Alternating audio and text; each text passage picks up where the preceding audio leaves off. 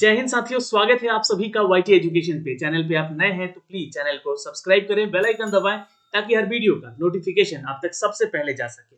आज के इस वीडियो के माध्यम से हम बात करेंगे सेट नंबर 3 का, और सेट नंबर 3 में भी 100 प्रश्न हैं। इन प्रश्नों को लगाएं और उत्तर अंत में जरूर बताएं कि कितना उत्तर सही हो रहा है। व्याख्या के साथ आप लोगों को डिस्क्राइब करने का पूरा प्रयास किया जाता है, लेकिन वैसे क्वेश्चन जो कि इजी हैं उसको छोड़ दिया जाएगा। आप लोग भी पढ़ सकते हैं उसको, लेकिन आप लोग आंसर करने का प्रयास कीजिए, निरंतरता बनाए रखिए, यानी कि कंटिन्यूटी में रहिएगा ना तो प्रैक्टिस सेट मारने में भी मजा आएगा। और बाकी जो टॉपिक वाइज क्यूज हम लोग टेलीग्राम पे करवा रहे हैं, उन टॉपिक्स को आप लोग पढ़ते रहिए लगातार। बुक वाइज टॉपिक दिया जा रहा है, आप उन टॉपिक्स को पढ़िए और अपने आंसर्स करते रहिए। तो ये काम आपको करना है और प्रैक्टिस सेट आपको और ऊपर लेकर जाएगा। जी हाँ, इस तैयारी में, ताकि कहीं से कोई क्वेश्चन ना छूट सके, ऐसा हमारा प्रयास रहेगा। लेकिन अभ्यास आपको हमारे साथ जोड़ के करना होगा। तो चलिए सेट नंबर 3 लगाते हैं, देखते हैं उन प्रश्नों को जो कि आपको यहाँ से पूछे गए हैं। कितने उत्तर आप सही कर पा रहे हैं, आप हमें कमेंट सेक्शन में भी कमेंट करके जरूर बताइएगा। तो पहला प्रश्न आपके सामने है। प्रश्न है, भारतीय संविधान का कौन सा अनुच्छेद सभी नागरिकों के लिए समान न्याय और मुफ्त कानूनी सहायता को प्रोत्साहित करता है? हर प्रश्न को देने का आपको 2 से 3 सेकंड का समय भी दूंगा, तो आप लोग सोच समझ के उत्तर यहाँ पे कीजिएगा। बिल्कुल, अगर आप उत्तर कर रहे हैं दोस्तों, इट्स सी, यानी कि अनुच्छेद 39 का ए। ठीक है, अब आपको बता दें कि इसमें इसको कब अमेंड किया गया था, तो 1979 में अमेंड किया गया था। जी हाँ, हुसैन नारा, यहाँ याद रखिएगा नाम, नाम जो है इंपॉर्टेंट है, हुसैन नारा, हुसैन नारा, हुसैन नारा, है ना। ये थोड़ा सा मैं स्पेलिंग यहाँ पे लिख दे रहा हूँ, हुसैन नारा, है ना, हुसैन नारा। और ये हुसैन नारा खातून है जो कि बनाम बिहार राज्य के सुविख्यात मामले में उच्चतम न्यायालय यानी कि सुप्रीम कोर्ट ने कानूनी सहायता और अनुच्छेद 39 के क पे महत्वपूर्ण निर्णय यह दिया भी था। तो ये ध्यान रखिएगा, बनाम बिहार, बनाम बिहार। तो ये एक क्वेश्चन इंपॉर्टेंट है आपके एग्जाम के पॉइंट ऑफ व्यू से। जब आपको यह नागरिक होने का, सभी नागरिकों के लिए समान न्याय और मुफ्त में यहाँ पे कानूनी सहायता देने के प्रोत्साहित करने का बात कहा गया है, हमारे संविधान में इसको अमेंड किया गया 1979 में। सवाल नंबर 2 पे चलते हैं। किसी अर्थव्यवस्था में सामान्य मूल्य स्तर में निरंतर वृद्धि को क्या कहा जाता है? बिल्कुल, इसको कहते हैं मुद्रास्फीति। B is the correct answer, इसको आप नोट कर सकते हैं। क्या कहते हैं इसको? मुद्रास्फीति, यानी कि अर्थव्यवस्था में सामान्य मूल्य स्तर पर जो भी निरंतर और गैर मौसमी, है ना, जैसे कि आप वृद्धि को मुद्रास्फीति कहेंगे, और अर्थव्यवस्था में स्थिति जब पूरे अधिक धन हो जाए, मतलब जो स्टोरेज है धन का, यानी कि ये जो है बहुत कम माल खरीदा जाए, तब यहाँ पे क्या होगा? मुद्रास्फीति इसको कहते हैं हम लोग। ठीक है, धन की क्रय शक्ति गिरावट होती है, तो ये होता है दोस्तों। तो ये आरबीआई से संबंधित है, बैंकिंग से संबंधित है, तो याद रखेंगे। यहां से क्वेश्चन आपको एग्जाम में पूछे जा सकते हैं। सवाल नंबर 3 पे चलते हैं। अलाउद्दीन खिलजी के शासनकाल में निम्नलिखित में से कौन सा राज्यपाल था? बिल्कुल, आंसर कर लीजिएगा दोस्तों, Ghiyasuddin Tughlaq. B is the correct answer, note कर लीजिएगा। तुगलक ने मुल्तान में गवर्नर के रूप में कार्य किया। कौन भाई? गयासुद्दीन तुगलक ने कहां पे काम किया? तो मुल्तान में। मुल्तान अभी जो हालात, अभी जो तत्कालीन पाकिस्तान में है दोस्तों, याद रखेंगे। मुल्तान के गवर्नर के रूप में कार्य किया था। फिर अलाउद्दीन खिलजी के शासनकाल के दौरान दिप्पलपुर, यानी कि जो दिप्पलपुर भी आपका कहाँ है, तो ये भी पाकिस्तान में ही है ना, दिप्पलपुर। तो ये ध्यान रखिएगा, दिप्पलपुर में भी गवर्नर के रूप में सेवा दी थी, और इन्होंने जलालुद्दीन खिलजी के शाही रक्षक के रूप में भी काम किया था। तो आंसर कर लीजिएगा, कौन भाई? गयासुद्दीन तुगलक। सवाल नंबर 4 पे चलते हैं। तैमूर द्वारा दिल्ली पर किए गए आक्रमण को तुगलक साम्राज्य के अंत के रूप में कब देखा जाता है? बिल्कुल, ये भी क्वेश्चन एक्सपेक्टेड है, आया हुआ है एग्जाम में। तैमूर द्वारा दिल्ली पर किए गए आक्रमण को तुगलक साम्राज्य के अंत के रूप में कब देखा जाता है? तो 1398, जी हाँ, याद रखेंगे, 1398 is the right answer, note कर लेंगे यहाँ पे। सवाल नंबर चलते हैं 5 पे। तमांग और लहासा को जोड़ने वाला दर्रा कौन सा है? देखिए, जितना भी क्वेश्चन है ये एक्सपेक्टेड है हर एक टॉपिक से। अगर आप हिस्ट्री की बात करेंगे ना, तो 30 प्रश्न वहां से लगभग, सॉरी माफ करेंगे, लगभग 20 प्रश्न होंगे वहां से। ज्योग्राफी की बात करेंगे तो लगभग 15 प्रश्न हो सकते हैं। पॉलिटी की बात करेंगे तो 10 प्रश्न हो सकते हैं। ठीक है, और करंट अफेयर की अब बात करेंगे आप लोग आपके एग्जाम के पॉइंट ऑफ व्यू से, तो ये सबसे ज्यादा वेटेज रखेगा। लगभग 25 या 30 प्रश्न या 28 प्रश्न भी देखे गए थे पिछली बार। तो थोड़ा सा ध्यान में रखिएगा ये सारी चीजें आप लोग, है ना। ये ऐसा नहीं कि आप लोग भूल जाइएगा कि कहाँ से क्वेश्चन कितना पूछ रहा है। इन सभी टॉपिक्स को लेकर ही चलना अपने को। तो तमांग और लहासा जोड़ने वाले दर्रा का नाम क्या है? दर्रा किसको कहते हैं? दो पर्वतों के बीच का, है ना, दो पर्वतों के बीच का संकीर्ण रास्ता, ठीक है, जो कि नदियों के द्वारा बनता है या बारिश के पानी के चलते भी बनता है ये दर्रा। तो ये संकीर्ण रास्ता होता है जिसको लोग दर्रा कहते हैं। और ये कौन सा था? ये चनकन दर्रा था, याद रखेंगे, चनकन दर्रा। C is the correct answer, note कर सकते हैं यहाँ पे। विश्व में सबसे बड़ी नदी द्वीप माजुली किस राज्य में स्थित है? जी हाँ, ये माजुली के बारे में हमने आपको क्वेश्चन करवाया था, असम में स्थित है। A is the correct answer, note कर सकते हैं। और ये ब्रह्मपुत्र के मध्य में बसा हुआ एक बड़ा नद द्वीप है। क्या है? नद द्वीप है। देखिए, जो ब्रह्मपुत्र नदी है वो नद है, पुल्लिंग है वो, ठीक है, ये भी आप ध्यान रखिएगा, एग्जाम में क्वेश्चन पूछा भी गया था। ठीक है, बिहार में बहने वाली एक और नदी है दोस्तों, सोन नद, है ना। ये जो सोन है ये भी नद है, तो ये भी ध्यान रखिए, ये भी पुल्लिंग है। और बाकी सारी नदियां जो होती है वो स्त्रीलिंग होती है। तो ये दोनों ही नद जो है यहाँ पे है, पुल्लिंग है ये। अच्छा, ये जो है असम में है माजुली, ये आपको ध्यान रखना है। सवाल नंबर चलते हैं 7 पे, आंसर करेंगे। सैयद राजा वंश की स्थापना किसने की? बिल्कुल याद रखेंगे, इस वंश का स्थापना खिज खान ने किया था। किसने किया था? खिज खान ने किया था। अच्छा, तैमूर जो था, तैमूर ने मुल्तान में, मुल्तान कहाँ है? पंजाब वाले मुल्तान में राज्यपाल की नियुक्ति करता था। और खिज खान 28 मई 1414 को दिल्ली के सत्ता दौलत खान लोधी के छीनकर सैयद वंश की स्थापना की थी। तो यह किसके शासन स्थापना किया था? ये पूछा गया, सैयद राजा वंश जो है किसका स्थापना था? तो ये खिज वंश का, खिज खान का ये स्थापना किया हुआ था। तो सी उत्तर यहाँ पे सही होगा। ठीक है, चलिए सवाल है 8वां। हिमाचल प्रदेश में एक बड़ा आकर्षक स्थल कौन सा है? तो ये रोहतांग दर्रा है। B is the correct answer, ये भी दर्रा है, याद रखिएगा, हिमाचल प्रदेश का सबसे बड़ा दर्रा, और ये रोहतांग दर्रा है। सवाल नंबर 9 पे चलते हैं। किस शासक ने 1494 में फरगना का उत्तराधिकारी प्राप्त किया, तब उसकी उम्र केवल 12 वर्ष की थी? देखिए, क्वेश्चन ये नहीं पूछेगा, क्वेश्चन पूछेगा कि 1494 में उत्तराधिकारी कौन बना। तो ये ध्यान रखिएगा, ये था Babur. B is the correct answer, note कर सकते हैं। बाबर का जो शासनकाल भारत में था वो 1526 से, जी हाँ, 1530 तक का था। 1526 में इब्राहिम लोदी को हराकर यहाँ भारत में इन्होंने मुगल साम्राज्य की नींव डाली थी।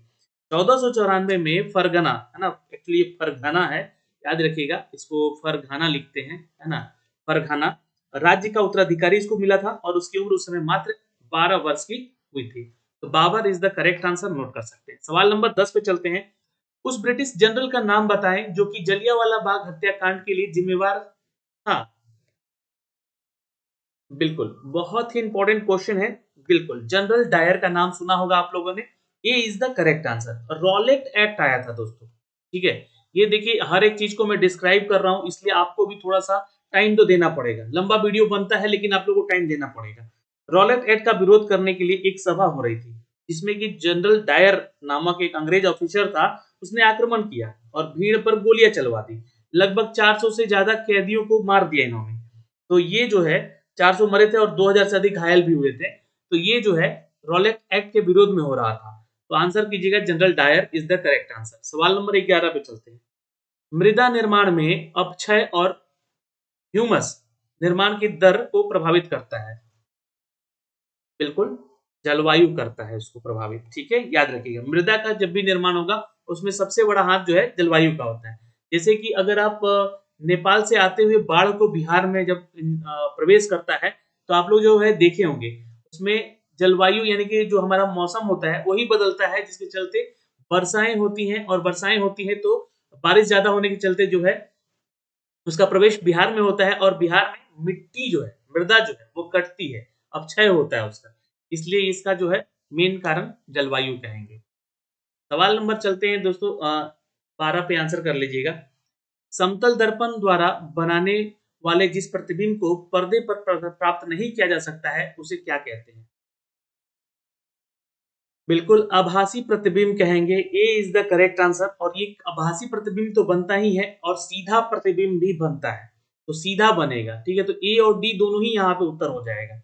लेकिन अगर ऑप्शन में आपका रहेगा कि ए और डी दोनों तो वही लगाइए, लेकिन आभासी बनेगा ये पूछा गया है कि पर्दे पर प्राप्त नहीं किया जा सकता, उसे हम क्या कहते हैं? तो उसे हम लोग आभासी प्रतिबिंब कहते हैं। समतल दर्पण से बनने वाले प्रतिबिंब को आभासी प्रतिबिंब कहते हैं, ठीक है? और ये पर्दे पर नहीं किया जा सकता है, ये भी ध्यान रखिएगा। और ये जहां भी इसका तस्वीर बनेगा, मतलब परछाई बनेगा या प्रतिबिंब बनेगा, वो सीधा बनेगा। सवाल नंबर चलते हैं 13 पे आंसर करेंगे। जब नदी मैदानी क्षेत्र में प्रवेश करती है तो वो मुड़कर मार्ग पर बहने लगती है, जिन्हें क्या कहा जाता है? जब नदी में मैदानी क्षेत्र में प्रवेश करती है तो वो मुड़कर मार्ग पर बहने लगती है। बिल्कुल, आप लोग आंसर कीजिएगा डी, ये विसर्प कहलाता है। नदियां ऐसा घुमान अधिक अवसादी बोझ के कारण कर देती है। जी हाँ, जब नदी मैदानी क्षेत्र में प्रवेश करती है तो वो मोड़दार मार्ग बहने लगती है, जहां से भी उसका मन करेगा वहां से वो नदी रास्ता बनता जाएगा और वो निकलती जाएगी। नदी के इन्हीं बड़े मोड़ों को हम लोग क्या कहते हैं? तो विसर्प कहते हैं। सवाल नंबर चलते हैं 14 पे आंसर करेंगे दोस्तों। उपयुक्त में से कौन सा कथन सही नहीं है? अब देखिए यहाँ पे नहीं बोला गया है। अ, अगर मैं बात करूं तो उपन्यास बर्ड बॉक्स के लेखक विक्टर लावले हैं। जी हाँ, यहाँ पे ये गलत है। उपन्यास द डेविड इन सिल्वर लेख के लेखक जो है जोस मिलर्न मेलमर्न है, ये भी गलत है। और उपन्यास फेल साइड के लेखक विक्टर लावले हैं, ये भी यहाँ पे गलत है। तीनों गलत है, यहाँ पे डी ऑप्शन कर लीजिएगा। और मैंने बुक से रिलेटेड एक क्यूज आपको करवाया हुआ है। कहाँ पे? तो टेलीग्राम पे, है ना? तो जाके वहां पे देखिएगा, 100 से ज्यादा पुस्तकों के हमने जो है वहां पे क्यूज करवाए हैं, उसमें इसका आंसर भी दिया हुआ है, उसको देखिएगा। यहाँ पे सभी पुस्तकों के नाम है, अभी नहीं लूंगा। निम्नलिखित कथनों में से कौन सही है? चलिए बताइए यहाँ पे, इनमें से कौन सा कथन सही नहीं है? नहीं बोला गया है यहाँ भी। तो अंतर्राष्ट्रीय हॉकी महासंघ के बोर्ड ने भारत में करीब 2023 पुरुष हॉकी विश्व कप की मेजबानी करने का निर्णय लिया है। तो ये कथन बिल्कुल सत्य है। भारत में लगातार तीसरी बार इस प्रतियोगिता का आयोजन करने जा रहा है। तो ये जो है तीसरी बार नहीं हुआ, दूसरी बार करने जा रहा है। यहाँ पे ये गलत हो जाएगा आपका आंसर, ठीक है? तो ये हमारा बी जो है आंसर हो जाएगा। और एफआईएच बोर्ड ने निर्णय के अनुसार यहाँ पे पुरुष हॉकी 2023 भारत में 23 और से लेकर 29 जनवरी तक खेला गया है। तो बिल्कुल ये कथन सत्य है। तो यहाँ पे बी उत्तर हमारा गलत हो जाएगा। सवाल नंबर चलते हैं 16 पे दोस्तों, आंसर कर लेगा। आरसीईपी का सही विस्तारित रूप क्या है? देखिए आपका एब्रिविएशन वाले क्वेश्चन भी आएंगे, मतलब कंप्यूटर से रिलेट हो सकता है या फिर आपके किसी एक शॉर्ट फॉर्म को लेकर, जो कि आपका बिजनेस टर्म होता है, आरबीआई के हो सकते हैं वो सब सारे टर्म्स, तो वहां से भी क्वेश्चन पूछे जा सकते हैं। तो आंसर कर लीजिएगा मित्रों, यहाँ पे आरसीईपी का फुल फॉर्म जो होता है रीजनल कॉम्प्रिहेंसिव इकोनॉमिक पार्टनरशिप। तो आंसर यहाँ पे हमारा ए सही हो जाएगा। सवाल नंबर चलते हैं 17 पे आंसर करेंगे। आसियान का 35वां शिखर सम्मेलन नवंबर 2019 के दौरान कहाँ आयोजित किया गया था?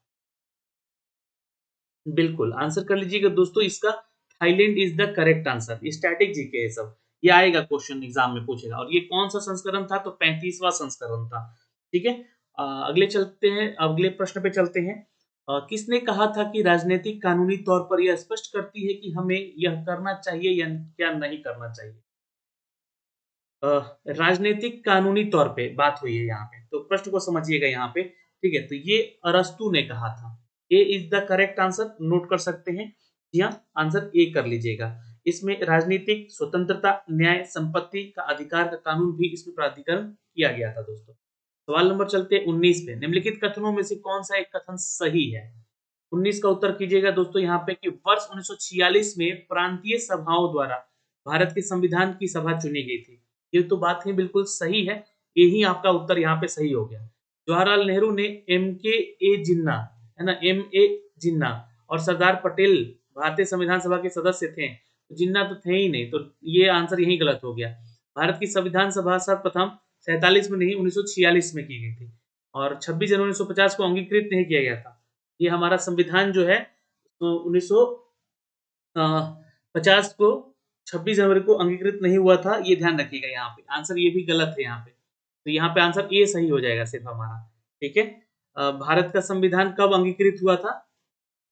तो ये यहाँ पे ध्यान रखिएगा 26 नवंबर, डेट याद रखिएगा, 26 नवंबर सन 1949 ये अंगीकृत किया गया था डेट को। 26 जनवरी 1950 को हमारा देश गणतंत्र हुआ था। ठीक है, सवाल नंबर चलते हैं यहाँ पर क्वेश्चन नंबर 20 पे आंसर कर लीजिएगा। भारत के संविधान की किस अनुसूची में विभिन्न राज्यों में अनुसूचित क्षेत्रों के प्रशासन और नियंत्रण के लिए विशेष उपबंध है? बिल्कुल आंसर कर लीजिएगा दोस्तों, इट्स बी 5वीं। नोट कर सकते हैं, 5वीं अनुसूची में कुछ राज्यों की अनुसूचित क्षेत्रों के प्रशासन और नियंत्रण के विशेष प्रावधान भी इसमें किए गए हैं। आंसर क्या कर लेंगे? बी 5वीं। सवाल नंबर 21 पे चलते हैं। यदि राष्ट्रीय आपातकाल घोषित किया जाता है तो उसके प्रत्येक कितने समय बाद संसद का अनुमोदन प्राप्त करना आवश्यक होगा? तो ये भी क्वेश्चन बता चुके हैं, 6 मंथ लगेगा। ठीक है, याद रखेंगे। ठीक है, अब आपको बता दें कि राष्ट्रीय आपातकाल की जब भी घोषणा होती है तो पूरे देश में अथवा केवल इसके किसी भी एक भाग में लागू हुआ हो सकता है। 1972 में 42वां अमेंडमेंट किया गया था दोस्तों, याद कीजिए। ठीक है, अब उसके अधिनियम के अनुसार राष्ट्रपति को भारत के किसी विशेष भाग पर राष्ट्रीय आपातकाल लगाने का अधिकार दिया गया और संसद के दोनों सदनों के द्वारा आपातकाल की घोषणा जारी होने के 1 माह के भीतर अनुमोदित करना भी आवश्यक था। तो 1 माह के अंदर, लेकिन ये जो है 6 माह के अंदर इसको करना आवश्यक होता है। ठीक है, तो ये आपको आंसर डी हो जाएगा। सवाल नंबर चलते हैं 22 पे। निम्नलिखित कथनों में से कौन सही है? तो भारत एक जो है संसदात्मक प्रजातंत्र है, यही उत्तर आपका सब सही दिख रहा है यहाँ पे, है ना। राजतंत्र तो है नहीं और अध्यक्ष वाला पोस्ट यहाँ पे है नहीं, है ना। ये कुलीन तंत्र में आते नहीं है हम लोग। तो संसदात्मक है और ये प्रजातंत्र है, प्रजा का शासन। सवाल नंबर 23। संयुक्त राष्ट्र महासभा द्वारा मानवाधिकारों की विश्वव्यापी घोषणा कब स्वीकृत की गई है?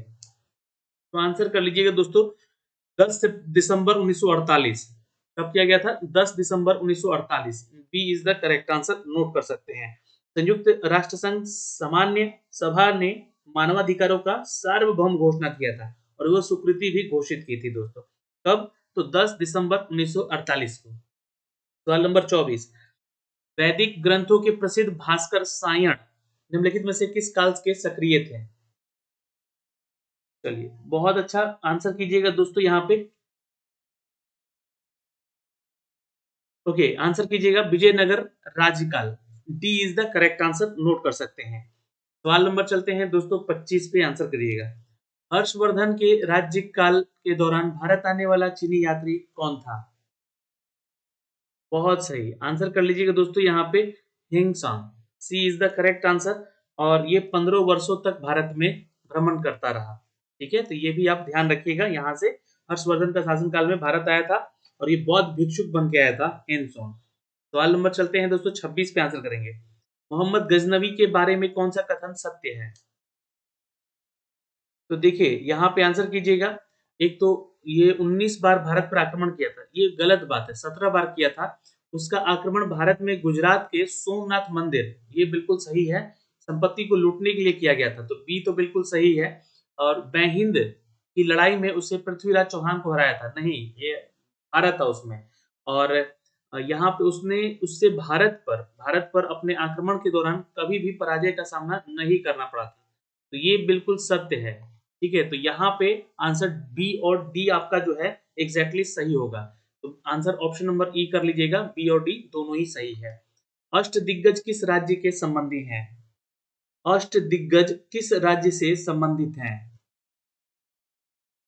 बिल्कुल, अष्टदिग्गज जो हैं कृष्णदेव राय के समय के संबंधित हैं और ये दरबार में एक विभूषित 8 कवियों की प्रयुक्त शब्द को कहते थे हम लोग अष्टदिग्गज। ठीक है, जो कवियों के ग्रुपिंग को, है ना, इनको शब्द को प्रयुक्त शब्द कहते थे हम लोग अष्टदिग्गज।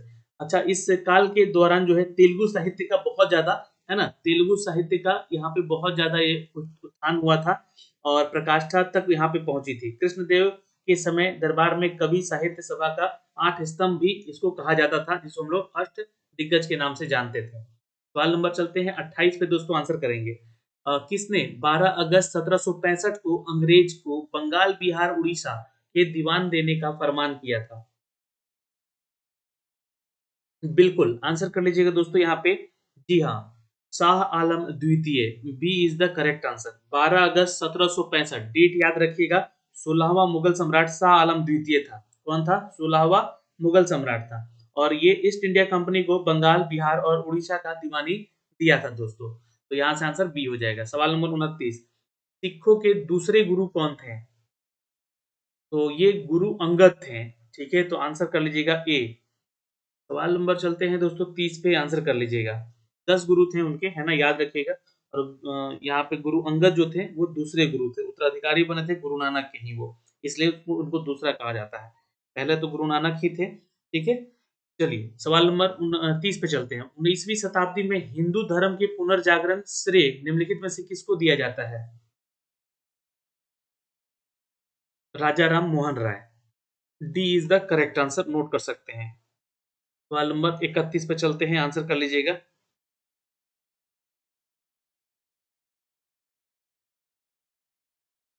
चलिए, कौन सा युग में सुमिलित है यहाँ पे बताना है आपको। ठीक है, तो चापेकर बंधु ये डे से संबंधित हैं, ये गोपनीय नाथ जो है करजन वायली से संबंधित हैं, या मदन लाल डिंगरा जो है रैंड एंड लेफ्टिनेंट एयरेस्ट से संबंधित हैं, या भगत सिंह जो है ये सैंडर्स से संबंधित है।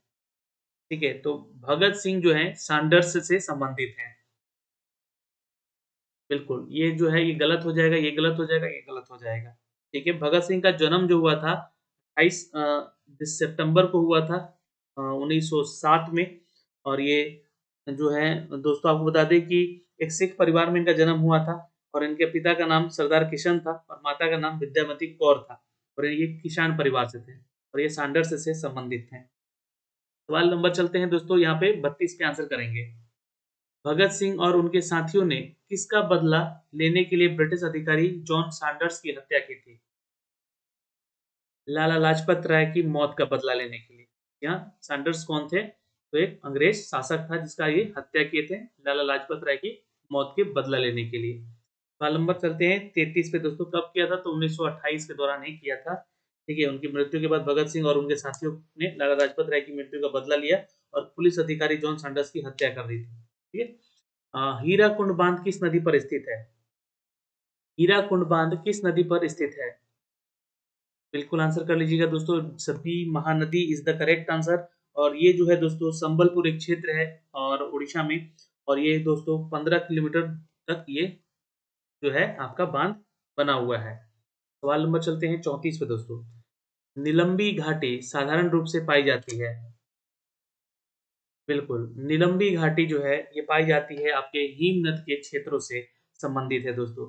ठीक है, यहाँ से आप नोट कर सकते हैं। सवाल नंबर 35, निम्नलिखित में से कौन से एक भूमिगत जल प्रक्रिया का परिणाम नहीं है?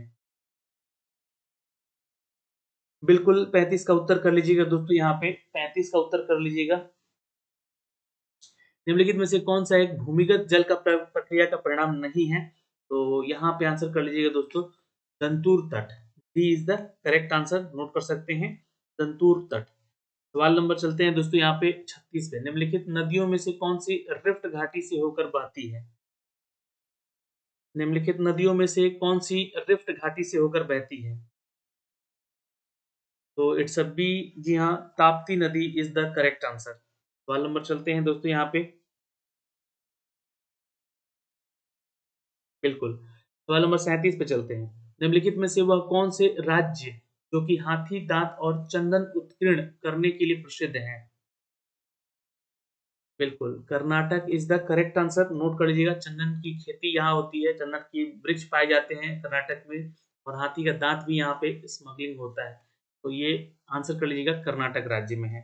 ठीक है, और ये जो है इस पे बैन भी है। ठीक है, सुंदर सजावटी टुकड़े मिलते हैं यहाँ पे हाथी के और चंदन के लकड़ियों के। ठीक है? सूची 1 तथा सूची 2 को सम्मिलित करें। बिल्कुल, देखिए गंगा जो है चंबल और केन का जो है यहाँ पे उपनदी है, ये गलत बात है।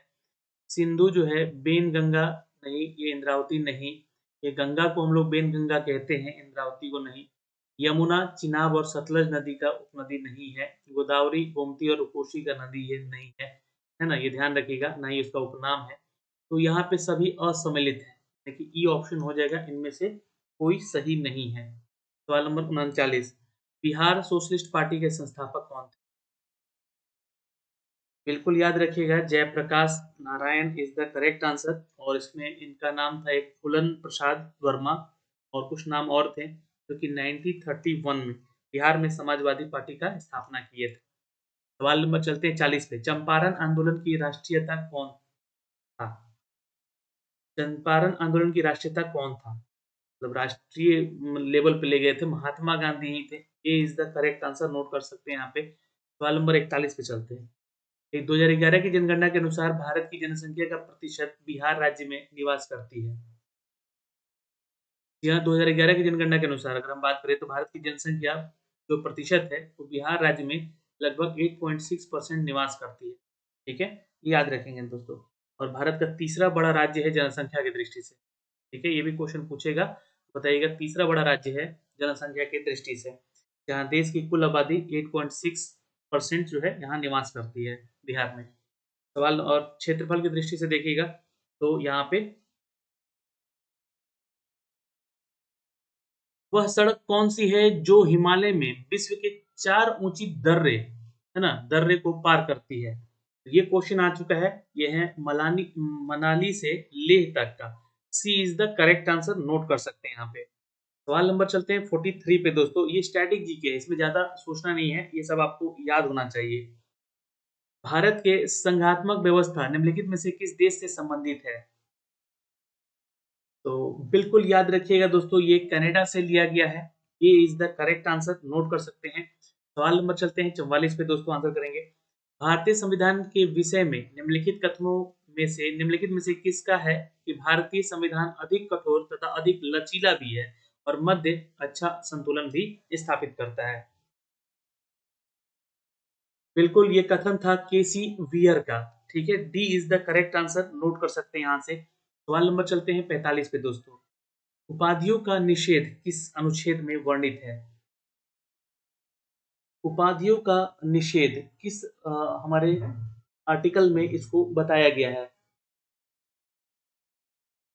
बिल्कुल, आंसर कर लीजिएगा आर्टिकल 18 में। सी इज द करेक्ट आंसर। और इसमें जो है दोस्तों राज्य, सेना या विद्या संबंधी सम्मान या उसके सिवाय कोई उपाधि प्रदान नहीं करेगा। भारत का कोई नागरिक किसी विदेशी राज्य में या विदेशी राज्य से उपाधि स्वीकार नहीं कर सकता है। ये हमारे आर्टिकल 18 से संबंधित है। सवाल नंबर 46। अल्पसंख्यक की भाषा का संरक्षण किस अनुच्छेद में मिलता है? अनुच्छेद 29। C is the correct answer, note कर सकते हैं। और 30 के तहत कई विशेष प्रावधान भी हैं जो कि देश के हर इलाके में रह रहे अल्पसंख्यकों को उनकी भाषा, लिपि और संस्कृति के संरक्षण का अधिकार देती है। तो ये संरक्षण वाले से संबंधित है आर्टिकल 29 और आर्टिकल 30 भी। ठीक है, तो ध्यान रखिएगा यहाँ पे शैक्षिक अधिकार उसकी भाषा और उसकी संस्कृति का संरक्षण करता है। ठीक, अल्पसंख्यकों की। सवाल नंबर चलते हैं 47 पे दोस्तों। संविधान का कौन सा अनुच्छेद दोष सिद्ध के संबंध में अभिव्यक्तियों को दोहरे दंड एवं स्व अभिशासन से संरक्षण प्रदान करता है? स्व अभिशासन से। तो आर्टिकल 20 में इसका हम लोग देखते हैं वर्णन। आर्टिकल 20 के अगर उपखंड 2 की बात करेंगे, है ना, ये लिख लीजिए आप लोग। आर्टिकल 20 के उपखंड 2 की बात करेंगे हम लोग। ठीक है, ये सिर्फ 20 लिखा गया है इसलिए मैं इसको आंसर कर रहा हूँ यहाँ पे। लेकिन आर्टिकल 20 का उपखंड 2 में यह उपबंधित है यहाँ पर कि किसी व्यक्ति को एक ही अपराध के लिए एक बार से अधिक अभियोजित या दंडित नहीं किया जा सकता है। ठीक है, तो इसलिए आंसर हमारा डी हो जाएगा। चलिए सवाल नंबर 48 पे चलते हैं। मंत्रिपरिषद सामूहिक रूप से उत्तरदायी होता है। तो ये याद रखेंगे लोकसभा के प्रति एक संवैधानिक बाध्यता के अंतर्गत। और आर्टिकल 75 के उपखंड 3 के अनुसार भी इसका वर्णन किया गया है। तो यहाँ पे डी उत्तर हमारा सही हो जाएगा। इसका मतलब है कि देखिए, जब कोई मंत्री लोकसभा में कोई विधेयक पेश करता है और लोकसभा उसे अस्वीकार कर देता है ना, मतलब कि उसको नकार देता है, तो लोकसभा बिल के लिए पूरी मंत्रिपरिषद को जिम्मेदार ठहराया जाता है, ना कि अकेले उस मंत्री को। इसका मतलब यही हो जाता है और यही बात हमारे आर्टिकल 75 के थर्ड में बताया गया है। सवाल नंबर 49। जल से भरे गिलास के नीचे दबे कागज को शीघ्रता से गिलास के नीचे जल छिड़काए बिना खींचा जा सकता है, यह परिघटना क्या कहलाती है? बिल्कुल याद रखिएगा दोस्तों, ये परिघटना जो है जड़त्व के गुण को दर्शाती है। तो आंसर यहाँ पे हम लोग क्या कर लेंगे, डी। और ये हमारा न्यूटन का प्रथम नियम भी कहता है। सवाल नंबर 50 पे चलते हैं। क्षितिज के निकट होने पर सूर्य और चंद्रमा दीर्घवृत्ताकार प्रतीत होते हैं, इसका कारण क्या है? बिल्कुल इसका कारण है कि ये अपवर्तन हो रहा होता है उस समय। ठीक है, आंसर क्या कर लेंगे? बी। सवाल नंबर 51 पे चलते हैं। उप उत्प्लावी बल निर्भर करता है, या उत्प्लावन कह लीजिए, है ना? उत्प्लावन बल किसको कहते हैं भाई? तो ये ध्यान रखिएगा। जी हाँ, विस्थापित तरल के घनत्व पे ये निर्भर करता है, ये भी आप ध्यान रखिएगा। उत्प्लावन बल निर्भर करता है विस्थापित तरल के केवल घनत्व पर। ठीक है, यानी कि तरल पदार्थ के घनत्व पर निर्भर करेगा। उत्प्लावकता जो होता है या उत्प्रेक्षा कहते हैं इसको, तरल पदार्थ द्वारा लगाए जाने वाले एक ऊपरी बल को कहते हैं, जो कि जलमग्न वस्तु के बाहर को विरोध में वो कार्य करता है। ठीक है, तो आंसर यहाँ पे हमारा बी हो जाएगा। सवाल नंबर 52, लोहे की वस्तु में के जंग क्या बनने से लग जाती है? तो ये तो सभी कोई जानते हैं, फेरस और फेरिक हाइड्रोक्साइड, है ना? Ferric hydroxide. तो ये ध्यान रखेंगे, ये इसका मिश्रण बनता है। तो यहाँ पे जाके जो है आपका उत्तर डी हो जाएगा। सवाल नंबर चलते हैं 53 पे। ग्लूकोज के किण्वन का अंतिम उत्पाद क्या है? बिल्कुल याद रखेंगे दोस्तों, ये है CO2 और C2H5OH। ठीक है, आंसर करेंगे ग्लाइकोलाइसिस के अंतिम उत्पाद को हम लोग कहते हैं ग्लूकोज का किण्वन होना। सवाल नंबर चलते हैं दोस्तों 54 पे, आंसर कर लेंगे यहाँ पे। रेत पर पद चिन्हों का संरचना ढालने के लिए सबसे अच्छी सामग्री क्या है?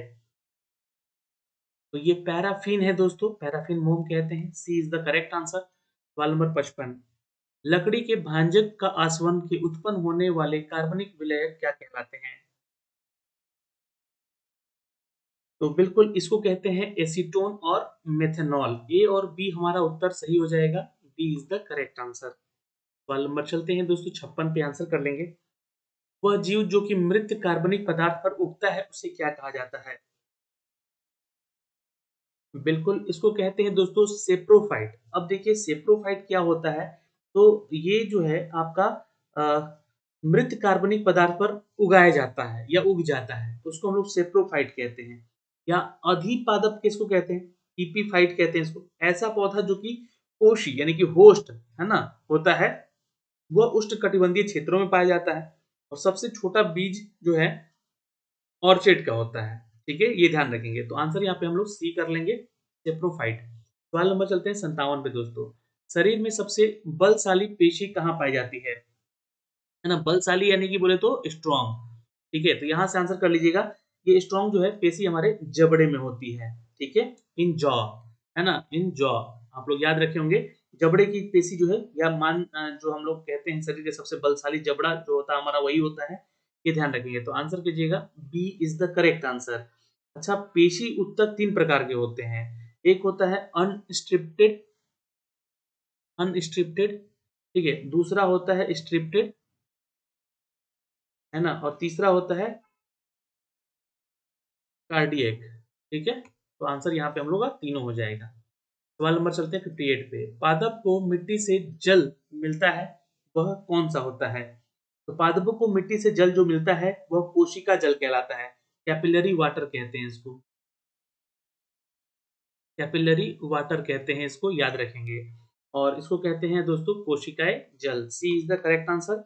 और बॉल्टिंग पेपर क्या होता है? तो बॉल्टिंग पेपर द्वारा स्याही का शीघ्रता से सूखा जाता है इसको। ठीक है, लालटेन का लैंप में बत्ती में तेल का ऊपर चढ़ना भी इसी के चलते होता है। ठीक है, सवाल नंबर चलते हैं दोस्तों 59 पे, आंसर करेंगे। मनुष्य एक कवक जनित रोग है, मनुष्य का एक कवक जनित रोग कौन सा है इनमें से, ये बताना है। तो रिंग वर्म के बारे में आप लोग पढ़े होंगे। D is the correct answer, है ना। ये मनुष्य में कवक जनित रोग है, यानी कि फंगल वाला बीमारी है। तो फंगल बॉन्ड डिजीज कहते हैं इसको। ठीक है, याद रखेंगे। और कॉलेरा, प्लेग, तपेदिक, ये सब जो है ना, ये हमारा बैक्टीरिया युक्त होता है, यानी जीवाणु जनित रोग है ये सब। तो डी उत्तर हो जाएगा। निम्नलिखित में से आंखों के किस दोष के दुरुस्त नहीं किया जा सकता है? तो बिल्कुल आंसर कर लीजिएगा दोस्तों। यहाँ पे आंखों को दुरुस्त नहीं किया जा सकता है यहाँ पे वर्णधत्ता। C is the correct answer, note कर सकते हैं। कलर ब्लाइंडनेस कहते हैं इसको। और निकट दृष्टि दोष यानी कि शॉर्ट स्टिंगनेस या फिर मायोपिया एक दृष्टि दोष है, जिसमें कि निकट की वस्तु साफ साफ दिखाई देती है किंतु दूर की वस्तु दिखाई नहीं देती है, इसलिए हम लोग उसको निकट दृष्टि दोष कहते हैं। तो वर्णधत्ता उसमें से एक है। सवाल नंबर 61 पे चलते हैं। दीमक लकड़ी का पाचन ऐसे एंजाइम की सहायता से करता है जो स्रावित होता है। तो 61 का आंसर कर लीजिएगा दोस्तों, मध्यांतर में कोशिकाओं से। ठीक है, आंसर क्या कर लेंगे, मध्यांतर में कोशिकाओं से, जिसकी सहायता से ये स्रावित करता है और कोशिकाओं को उत्पन्न करता है। इसको टर्माइट कहते हैं, टर्माइट कहते हैं किसको, दीमकों को। ठीक है, याद रखेंगे। दीमक जो होता है लकड़ी का पाचन ऐसे एंजाइम की सहायता से करता है जो कि स्रावित मध्यांतर में कोशिकाओं से होता है दोस्तों। ठीक है, सवाल नंबर चलते हैं 62 पे। दूध से क्रीम को हटाया जाता है, उससे का घनत्व कैसा हो जाता है। बिल्कुल आंसर कर लीजिएगा दोस्तों, 62 का यहाँ पे बिल्कुल आंसर कर लेंगे यहाँ पे। दूध से क्रीम को हटाया जाता है, उसका घनत्व क्या होगा, एक्चुअली ये प्रश्न पूछा गया है, तो उसका घनत्व हमेशा बढ़ेगा, तो इसलिए ए उत्तर हो जाएगा। सवाल नंबर 63, न्यूक्लिक अम्ल किस में होता है। न्यूक्लिक अम्ल किस में होता है। तो न्यूक्लिक एसिड जो है दोस्तों केंद्रक और कोशिका द्रव्य में पाया जाता है। ठीक है, न्यूक्लिक अम्ल की खोज किसने की थी, तो फ्रेडरिक मिशर ने किया था। यहाँ पे उत्तर क्या कर लेंगे आप लोग, सी इज द करेक्ट आंसर। कौन खोज किया था, याद रखेंगे, फ्रेडरिक मिशर ने किया था, फ्रेडरिक मिशर ने किया था। सवाल नंबर चलते हैं दोस्तों 64 पे। वाश वाशिपिंग फॉल्स गॉड्स नामक पुस्तक के लेखक कौन है। चलिए, बहुत अच्छा क्वेश्चन है, ये सबका सब इम्पोर्टेंट है आपके एग्जाम के पॉइंट ऑफ व्यू से। ठीक है, ये जो है अरुण शौरी के द्वारा लिखा गया है दोस्तों, डी उत्तर कर लीजिएगा यहाँ पर। अरुण शौरी जो है ये भारत के पत्रकारिता के क्षेत्र में ख्याति अर्जित भी किए हैं। ठीक है, और तस्लीमा नसरीन के द्वारा लज्जा, कुरैशी, प्रेमिका, ये सब लिखा गया था, है ना। और सलमान रश्दी भी एक लेखक है, और दंती राय भी है, विक्रम सेठ भी है यहाँ पे। तो विक्रम सेठ ने देखिए suitable boy, golden gate, two lives जैसी पुस्तकें लिखी हैं। और पुस्तकों से संबंधित, पुस्तक और लेखकों से संबंधित हमने आपको कल क्यूज भी करवाया था, 100 से ऊपर प्रश्न है वहां पे, वो क्यूज जाके देख लीजिएगा। उसका जो बोर्ड हम लोगों ने आपको शेयर किया है, बोर्ड को देखिए, वहां डिस्क्रिप्शन देखिए, आपको सारे आंसर्स मिलेंगे। निम्नलिखित में से कौन सा भारत के प्रथम परमाणु रिएक्टर से संदर्भित है। तो बिल्कुल यहाँ पे आंसर कर लीजिएगा दोस्तों, यहाँ पे apsara is the correct answer, note कर लीजिएगा, B apsara is the correct answer. जी हाँ, भारत का प्रथम परमाणु रिएक्टर अप्सरा है। अच्छा, भाभा परमाणु अनुसंधान केंद्र जो है, जो कि आपका बी भाभा परमाणु अनुसंधान जो है, जो कि ट्रॉम्बे मुंबई में है। कहाँ पे है, ये ट्रॉम्बे मुंबई में है, और स्थापित किया गया था, जो कि देश का सबसे महत्वपूर्ण अनुसंधान केंद्र था ये। ठीक है, और भारत ने अप्सरा के रिएक्टर का निर्माण किया है, तो इसलिए अप्सरा के बारे में आपको जानना है, और भाभा के बारे में भी। सवाल नंबर 66, प्रथम ओलंपिक खेल कब आयोजित किया गया था। तो ये देखिए 776 ईसी पूर्व में किया गया था दोस्तों। ठीक है, और आधुनिक ओलंपिक खेलों की अगर बात करेंगे तो ये 1896 में किया गया था, खेला गया था, और 2020 में ओलंपिक खेल टोक्यो में शुरू किया गया, फिर 2020 में अभी हाल ही में खेला गया था। सवाल नंबर चलते हैं यहाँ पे, आंसर बी कर लीजिएगा। सवाल नंबर चलते हैं दोस्तों 67 पे। निम्नलिखित में से नृत्य का शास्त्रीय रूप कौन सा है। तो मणिपुरी जो है एक शास्त्रीय नृत्य है, याद रखेंगे। जी हाँ, मणिपुरी नृत्य एक शास्त्रीय नृत्य है, और ये शास्त्रीय नृत्य है। भांगड़ा जो है लोक नृत्य है, ये क्या है, एक लोक नृत्य है। और गोदन जो है, गोदन वगैरह होता है, ये सब आपका लोक नृत्य है, बिहार का है गोदन। और मेहंदी राजस्थान का है, रंगोली महाराष्ट्र का है ना, ये सब ध्यान रखेंगे। सवाल नंबर 68, मुंशी प्रेमचंद्र ने किन किन पुस्तक का एक साथ संबंधित यहाँ पे है। तो मुंशी प्रेमचंद्र से जो संबंधित है यहाँ पे दोस्तों, सेवा सदन भी है, रंगभूमि भी है, और गबन भी है। तो इसलिए आंसर हमारा ई हो जाएगा, 1 2 3 is the correct answer, note कर सकते हैं यहाँ पे।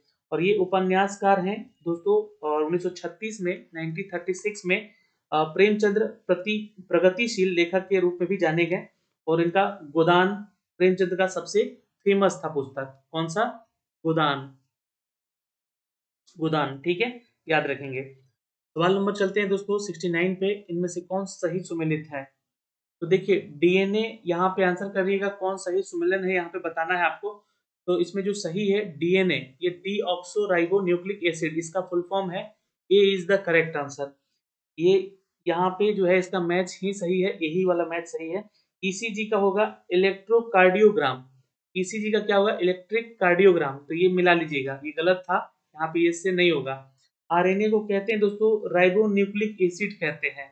ठीक है, तो आंसर इसके साथ मिला लीजिएगा। और ईएनटी को कहते हैं हम लोग ईयर नोज थ्रोट। तो यहाँ से हम लोग कह लेंगे ईयर नोज और थ्रोट को। तो ये कुछ इस तरह से मैच होता, लेकिन ये मैच गलत दिया गया था बीसीडी, इसलिए ए उत्तर हमारा सही होगा। सवाल नंबर 70 पे चलते हैं। राष्ट्रीय युवा दिवस किस दिन मनाया जाता है? ये भी दिवस और उसके थीम से रिलेटेड हमने क्वेश्चन आपको करवाए हैं। ठीक है, तो यहाँ से याद रखिएगा, क्वेश्चन नंबर 70 का उत्तर कीजिएगा 12 जनवरी। चलिए, किसके नाम पे ये राष्ट्रीय युवा दिवस मनाया जाता है, किसके कारण मनाया जाता है, आप आंसर कीजिए कमेंट सेक्शन। निम्नलिखित देशों में से कौन एक ओपेक का सदस्य नहीं है? तो देखिए, ओपेक का सदस्य नहीं है। ओपेक ओपेक जो है दोस्तों, ये इसका पूरा नाम है organization of the petroleum exploration countries. ठीक है, 14 सितंबर 1960 को इसका निर्माण किया गया, इसको स्थापित किया गया। और इसका मुख्यालय कहाँ पर है? तो वियना में है। कहाँ पे है? वियना में है इसका हेडक्वार्टर। ठीक है, और वर्तमान में अभी ओपेक के सदस्य देश कितने हैं? तो कुल 13 देश हैं इसमें। ठीक, अब इसमें 13 देश में कौन शामिल नहीं है? इनमें से वो नाम है दोस्तों, याद रखिएगा, या इट्स डी, दक्षिण अफ्रीका ही इसमें शामिल नहीं है। सवाल नंबर चलते हैं दोस्तों 72 पे। जगदीश चंद्र बोस संस्था कहाँ अवस्थित है? तो ये कोलकाता में है दोस्तों। B is the correct answer, note कर लीजिएगा। और यहाँ पे अगर हम बात करें लखनऊ में, तो बीरबल साहनी पूर्वानस्पति जो विज्ञान संस्थान है वो है हमारा। और रमन अनुसंधान जो है बेंगलुरु में है। और राष्ट्रीय विज्ञान एकेडमी जो है इलाहाबाद में है। ठीक है, तो आंसर बी कर लेंगे। सवाल नंबर चलते हैं। रमन अनुसंधान संस्थान कहाँ स्थित है? तो मैंने आपको बताया ना कि ये बेंगलुरु में है, तो आंसर ए कर लीजिएगा यहाँ पर। ठीक है, A is the correct answer. सवाल नंबर चलते हैं 74 पे। बीरबल साहनी पूर्व वनस्पति है ना, पूरा वनस्पति विज्ञान संस्थान, मैंने अभी आपको बताया कहाँ पे भाई, तो ये लखनऊ में है। कहाँ पे है? लखनऊ में है। ऑप्शन नहीं दिया गया है, लखनऊ होगा उत्तर यहाँ पे, है ना। बीरबल साहनी वाला जो है लखनऊ होगा। ठीक है, तो ऑप्शन इनमें से कोई नहीं मारिएगा। सवाल नंबर चलते हैं 75 पे। ऐशबाग स्टेडियम कहाँ स्थित है?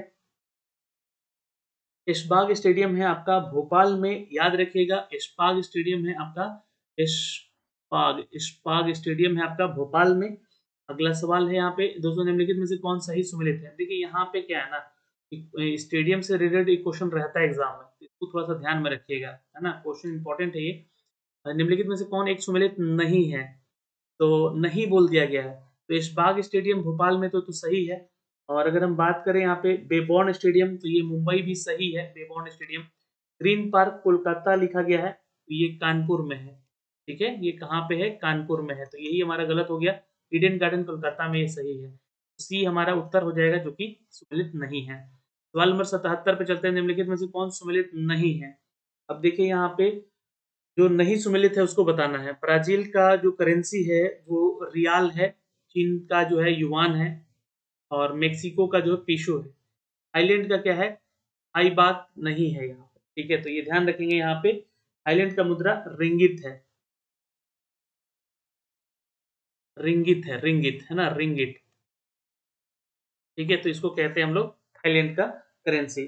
ठीक है, इसकी राजधानी बैंकॉक होती है। सवाल नंबर 78। कथन ए जो है दिया गया है, रक्त ग्लूकोज स्तर समानता है यहाँ पे भाई, ध्यान दीजिएगा। और भाग प्रति मिलियन में व्यक्त किया जाता है ना। और इसके कारण क्या है? तो आर प्रोटीन बनाने के लिए 20 अमीनो अम्ल की आवश्यकता होती है। तो कथन जो है ना हमारा ये गलत है, और परंतु उत्तर जो है हमारा सही है, यानी कि कारण जो है हमारा सही है यहाँ पर। ठीक है, अब ग्लूकोजोमीटर जो है, आपको ग्लूकोज मीटर जो है, इसमें रक्त में ग्लूकोज की मात्रा ज्ञात होती है। तो ये याद रखिएगा, रक्त ग्लूकोज में हमें ग्लूकोज की मात्रा ज्ञात तो होती है। मधुमेह रोगी इस उपकरण का उपयोग भी करते हैं रक्त शर्करा का जांच करने के लिए। यह उपकरण विद्युत रासायनिक तकनीक के आधार पर काम करता है। ठीक है, तो इसलिए हमारा आंसर क्या हो जाएगा दोस्तों? ये गलत है, और आर जो है उसका कारण सही है। सी इज द राइट आंसर। सवाल नंबर 79 पे चलते हैं। विश्व व्यापार संगठन का स्थापना कब हुआ था? तो याद रखिएगा दोस्तों, 1995 में हुआ था। और ये कब हुआ था? तो ये डब्ल्यूटीओ जो है 1 जनवरी 1995 में हुआ था। याद रखेंगे। इसका मुख्यालय कहाँ है? तो जेनेवा में है, ये भी आप याद रखिएगा। ठीक है, सवाल नंबर चलते हैं 80 पे। भारत की बृहत्तम नदी कौन है, यानी कि बड़ी नदी? ठीक है, भारत की बृहत्तम नदी कौन है? तो गंगा है। ठीक है, 2525 किलोमीटर की ये कुल लंबाई है इनकी। सवाल नंबर 81, टोक्यो ओलंपिक के समापन समारोह में भारतीय दल के ध्वजवाहक कौन थे? दल एक बार लिखा जाएगा, ठीक है। तो ये ध्यान रखिएगा, बजरंग पुनिया थे ये ध्वजवाहक जो थे। सवाल नंबर 82, कमल महल का संबंध किस साम्राज्य से है? विजयनगर साम्राज्य से है। A is the right answer, note कर सकते हैं। सवाल नंबर 83, किस यात्री ने मुगल कालीन शहरों को सिवर नगर की संज्ञा दी थी? तो सीवर यानी कि नहरों का जो कहा था, ये बर्नियार ने कहा था। D is the correct answer, Bernier ने कहा था। सवाल नंबर 84, बिहार में अनौपचारिक कार्य के लिए श्रेणी 1 के अकुशल मजदूर के प्रति दिन न्यूनतम मजदूरी होती है, कितने दिन की होती है ये? बिहार में अनौपचारिक कार्य के लिए, ठीक है, कार्य श्रेणी में अगर देखें तो अकुशल मजदूरी जो होती है प्रतिदिन में 304 रुपया होता है दोस्तों। सवाल नंबर चलते हैं 85 पे, निम्नलिखित में से कौन सा वायु प्रदूषण के जैविक सूचक का प्रसिद्ध उदाहरण है? तो lichen is the correct answer, note कर सकते हैं। सवाल नंबर 86, किस देश ने दुनिया का सबसे ऊंचा रेत महल बनाया है? बिल्कुल डेनमार्क, याद रखिएगा, B is the correct answer, note कर सकते हैं यहाँ पे। सवाल नंबर 87, निम्नलिखित में से किसके लिए जैन धर्म में श्रमण शब्द का प्रयोग किया गया था? तो ऐसे व्यक्ति जिन्होंने सांसारिक जीवन को स्वीकार कर लिया था, उन्हें हम लोग श्रमण शब्द से जानते हैं, यानी श्रमण से जानते हैं जैन धर्मों में। सवाल नंबर 88, मानसी गंगा झील जहां राष्ट्रीय झील संरक्षण कार्यक्रम संचालित हो रहा है, किस राज्य में स्थित है? ये बिल्कुल उत्तर प्रदेश में है। A is the correct answer, note कर सकते हैं। सवाल नंबर चलते हैं दोस्तों यहाँ पे, आर्किड एवं ब्रोमिलियड है ना, ब्रोमिलाइड जैसे परजीवी पौधे मुख्यतः किस प्रकार के वन क्षेत्र में उगते हैं? ये वर्षा वाले वनों में होते हैं। ए इज द करेक्ट आंसर। सवाल नंबर 90, मेदरम जात्रा एक आदिवासी त्योहार है, यानी कि यानी में ये जो है कितने कितने से ये आदिवासी त्योहार है, ये किस राज्य में मनाया जाता है? तो बिल्कुल याद रखेंगे, ये जो है तेलंगाना का फेमस त्योहार है। सी इज द करेक्ट आंसर। सवाल नंबर 91, ऋग वैदिक आर्यों का मुख्य व्यवसाय क्या था? तो ये पशुपालन था, is the correct answer. Gayatri मंत्र की रचना किसने की थी? तो बिल्कुल ये विश्वामित्र थे। B is the correct answer, note कर सकते हैं। मौलिक अधिकारों के अंतर्गत कौन सा अनुच्छेद बच्चों के शोषण से संबंधित है? तो article 24 is the correct answer, B is the right answer. मैंने अभी आपको ऊपर बताया भी इसके बारे में। मूलांकुर से विकसित होने वाले जड़ें क्या कहलाती हैं?